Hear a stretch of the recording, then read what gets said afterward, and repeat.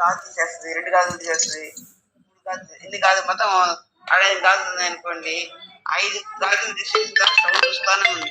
ఇది కొడుతున్నప్పుడు సౌండ్ వస్తూనే ఉంది.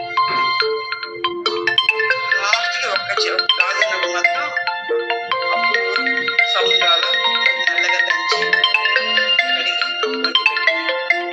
కాబట్టి ఆధ్యాత్మిక చింతన కొరకు ఒంటరిగా కూర్చొని సాధన చేయాలి. 2 గాజులు అంటే ఏంటి వచ్చింది, సౌండ్ వచ్చింది. ఒక్కళ్ళే కూర్చొని సౌండ్ రాదు కదా.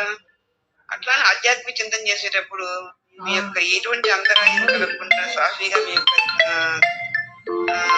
మన చింతన విచారణ సక్రమంగా సాగాలంటే ఉండాలి.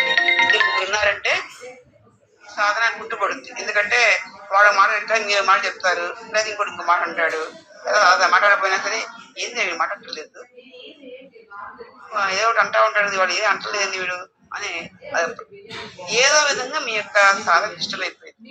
కాబట్టి ఒక్కళ్ళుగా ఉండాలన్నమాట సాధన చేసుకునేటప్పుడు, చింతన చేసేటప్పుడు. మౌనంగా ధ్యానం చేసేటప్పుడు ఆ విషయాన్ని ఆమె ద్వారా తెలుసుకున్నారు. 21వది బాణాలు తయారు చేసేవాడు. వాడి పేరు శరాకారుడు అని చెప్పారులే. అంటే శరము అంటే బాణం. ఆ బాణాన్ని తయారు చేసేవాడు అంటే వాడు ఏం చేస్తాడంటే ఒకసారి బాణాలు తయారు చేస్తూ ఏకాగ్రతతో ఉంటాడు. మనసంతా దాని మీద పెట్టి చేస్తూ ఉంటాడు. పక్కన ఎవరున్నారు, ఏం జరుగుతుందో గమనించాడు. మాకు చెప్పిందంటే పక్కన రాజుగారు బట్టలు వెళ్తూ ఉంటారు. రాజుగారు పల్లకి వెళ్తున్న బట్టలు ఏం చేస్తారు, సౌండ్ చేస్తుంటారు. రాణిగారి పల్లకి వస్తున్నప్పుడు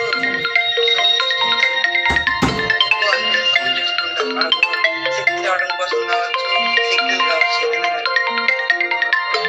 ఆ సౌండ్ కూడా ఏది వినిపించలేదు. ఎవరికి ఈ బాణాలు తయారు చేసేటువంటి వాడు కూర్చొని బాణం తయారు చేసుకుంటూ ఉన్నాడు. ఎంత సన్నగా ఉండాలి, ఎట్లా కట్టాలి బాణానికి, ఇగో ఇది పొడుగు ఉండాలా, తక్కువ పొడుగు ఉండాలా, ఎట్లా కడితే ఇది బాగా పుచ్చుకుంటుంది జంతువుకి అని ఈ విధంగా ఆలోచించుకుంటూ కట్టుకుంటూ ఉన్నాడు. పక్క నుంచి రాజుగారు భటులు రాణి గారి పల్లకి ఏ వెళ్ళినా ఇది గమనంలో లేడు. అంటే అంత ఏకాగ్రతతోటి ఆ బాణాన్ని తయారు చేస్తూ ఉన్నాడు. బట్టి తెలుసుకుంది ఏంటంటే